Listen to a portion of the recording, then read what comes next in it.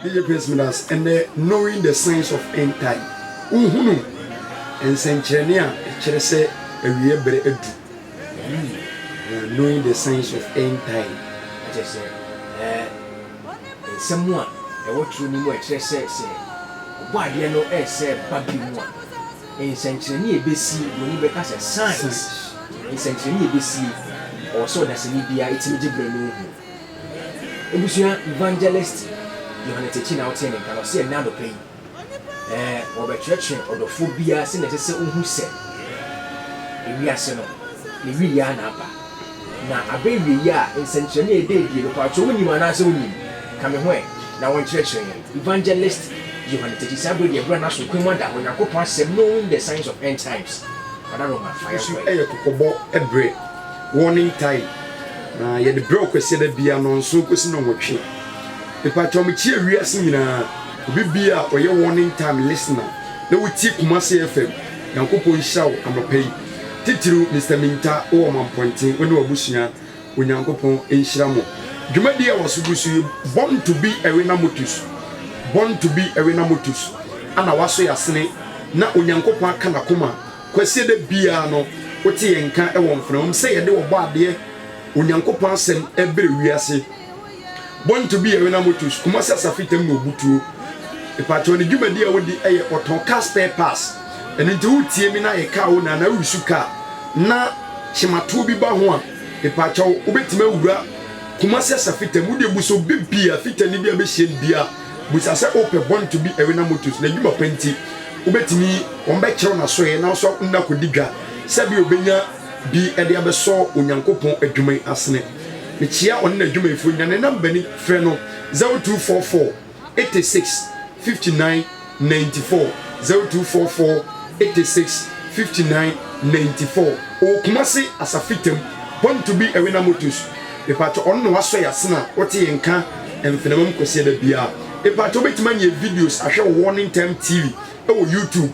Do me na Otako Facebook YouTuber. Subscribe Warning Time TV na benye preaching videos ashe asafo edi nyonkopon assemble Faith Salvation Church Jidin Kwaje asafo ne branch e ofa de mampana se ene edwoso aso ase yawa da bia ehiem ofa de mampana se eye mpaibo ede manyamemba ipacho sa na bene da bia so ye ehiem e wo dwoso aso ase eye mpaibo ede manyamemba ipacho ene dai enuane ma be boa me amadwumadie ye de afamfremam abre wiase no Yenya Paul Boatin or Beboya Kinkai, of Faith Salvation Church in the branch, a what tip from Bauro, Omishemi, the fear the beer, a empire, brother Vincent also, a boy in Chidom, a book cameraman, the patch on social video, no, and the myself pay video, cameraman, I'm an actual video, and our program beer, the patch of Jinamba in a fair, Yenya a boo, now all made this edge in the Mount Bia now, Bewar over 2 beddy, and now we your program beer, Opus, a Kipu records.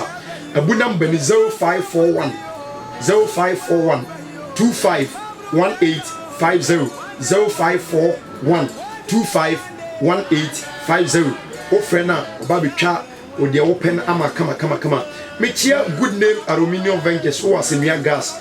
Bram Chiao Anna brother Andy the patch of doom auto hardwares also Mechia Riasina Chiobi be a titru the penguin order Faith Salvation Asafnano. Bishop Iman Adusipoku, when I'm paying for it, will be Biane Asaf Maninano, Nititi, Wasabri, or Casafidi, and Del Kumasi 104.2. Any up for Watting, ever bomb Payamene, Cocobon Cran Samoa, or Bad dear Yahweh, and the Asiam say, Yametri as knowing the signs of Fentan, Yamamani Pong and Saint Jenny, and they say, Riasiri Ebreno, a bang, na a hoboa, a Cassidy Pay, and Lydia no book also, any up for Bompay for my. Yankopon na den se da wase nkwan ya hode ade amaye se ampa ye fa akokobon kansa mo bro man no esra be fo akwa mu kasa ma so nyina nya so nti enya adwen sacha wo nsem amen etiefo yesa che obi bia biem obimfo bi kansen bi o say there is an end to every journey ade bi ani peye no e wo wiye ade bi akwantu bi a e wo na wiye na ewiase e wa asase ne benya de na wiye nti enedai onyame ba kremoni kristoni wa wonyi nyame mponi wa wonkwa asore wa wosi nyame bia ni ho ye de ebedi adanse ye ba ya adanse bie ana onyankopon ede na samahye enum se yemfa me dawubo emma wiase nti wo wutie me wo fun obetima recordo na yakurechi no ohwehwe bible no se ensam na ye beka ye no nyame na me enso beka ete sa na ente sa na de eka no wodi wani hunu na wodi waso tibidi a ene e wanamo bia etwa se wutuo kristo onfa bone nchen da amen ewie ase ewie ye bremu nsankirene ehiama nipa bia evise e won sunsanso woni pa bia wote wiase anan kampese obeba wiase ewiase e wasase Genesis chapter 1 verse 1 Genesis 1 verse 1 ubie babura quotation edi kan e wo nyankopon asemu no say neka e kenkan say Mose umu edi kan ti ba kunchechemu aye ba ko no kase bible osim fitiase no nyankopon bo soro ne asase enunti asase e wasase na asase wo asase de a e wa wieye se de okọ adwuma opon no e ba fie no se de odua de a enyini ne duru ba bi e wutwa ana wutu ade kro no se de obakọ sku opon ba fie se de obi kosua adwuma osua duru mpempenso bi a osumesua duru mpempenso ma pon me ho enunti meso me gem ho no ewiase e wa asase na e wa wieye yensama ye bekan me pacho Jeremiah 36 verse 2 me pacho pe book na pepen nenes knowing the signs of end time onyankopon enam se wodo nipanti onfa na sem hinta wiase dane da onam ne kokobon kransem so etu wiase fo de yenyo ene de yenyo Jeremiah 36 verse 2 ose say Jeremiah 36 verse number 2 no ose fa homa boboye bi kita ose sabre ye kasai wo wutie me fa emuma boboye pepipa bi pebuku bi na fakura na tra nsam amakamache wo no nyina hallelujah amen na nsam a onyankopon enam ye nso aye bekan twere ni nyina nti mi pacho nyame eni eje se ye tie na semumpa ye be twere ye ni esie ni akenkan Isaiah 34 verse 1 anopai me say knowing the signs of end time ohunu niema fa wiye bremu nsankyerene na se kasa wiase we na wiye atam obi ba aya na nipa bi gidi nipa bi so nyini ebeji ho akinye na de ebe boboso yi sa wodi wani hunu wode waso tibi ebi si wo mantamu ebi si wo busuam ebi si asore wo komudi a ene na hu se ewiase we e obi dia na obeba abebum konta ni nipa bebum konta papa Isaiah 34 verse 1 Isaiah 34 verse number 1 osi amanaman wontwimpini meti osi yantwimpini disabre radio no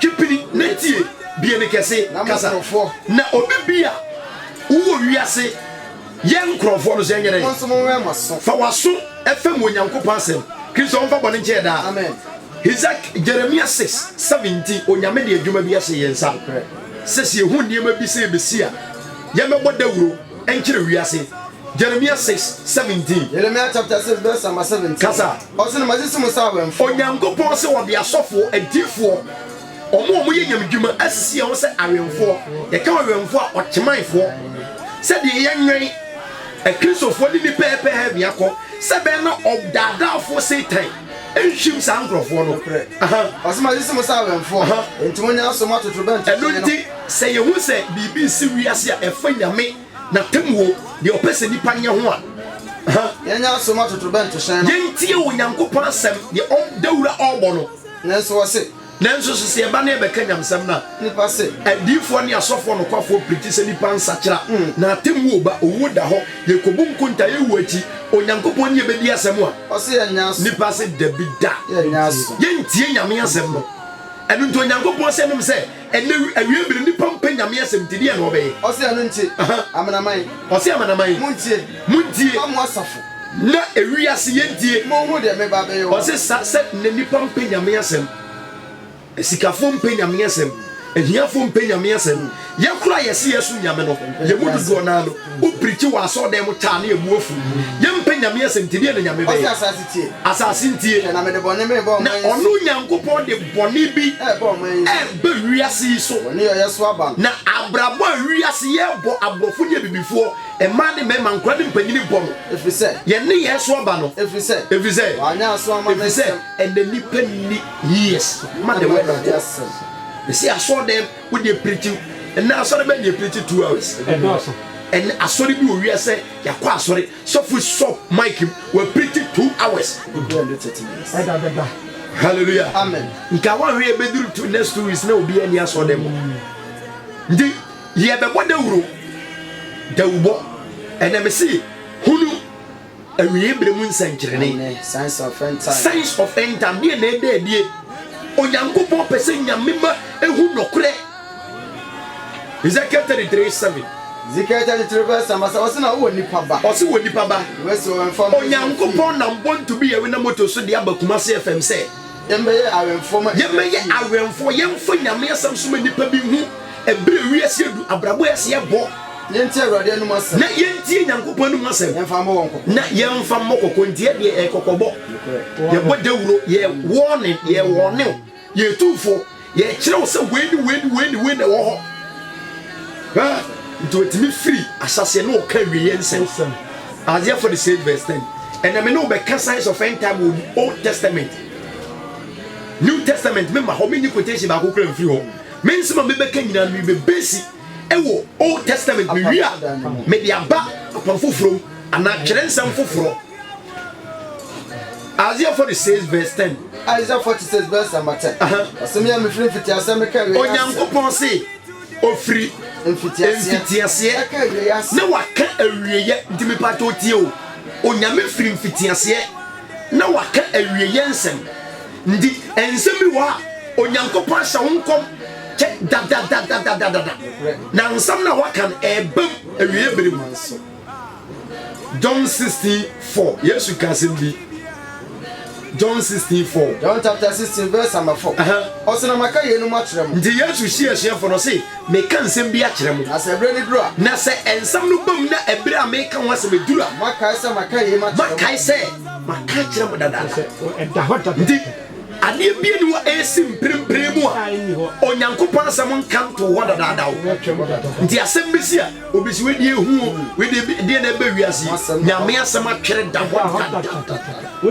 Yesu se me ka kyerem na se ba. Mo se maka kyerem dada. Ndi kumasi tiefo mrante ne mabawa se die wiase aduru ebre we mu no eye for salvation. Jane je wo krankon ebre we nya ebra ye twamanso ebre we nya bra wo nyinsi asemi ko ye ebre we nya bra jawale we me yire tete me jawale ebre we nya bra wo ja sori se wo ko pesika ze na no nkwanhia bi esi nkana ma me nka busuafo ne a VIP die no Ipacho mai bia no wotwe bia pini ba ko te beba bia mete wasi ne fie o na ne ba bema okọ school ni mate ama no se hia me dwoso ne yanko ne ba boy no ne wawo ma bebere bema ba ko pe na akora ne papa ko wu abom sabere we anya bra ni pepra hunyade o me dia ba nya bra we ne pekala o ebere we ya agen saptra se nyame nsem betena mu ebere we that nipa aye adamite sisi aso ebuya so nua ewia se japade dada ye asofo bi no wie se japade dada nyansomfo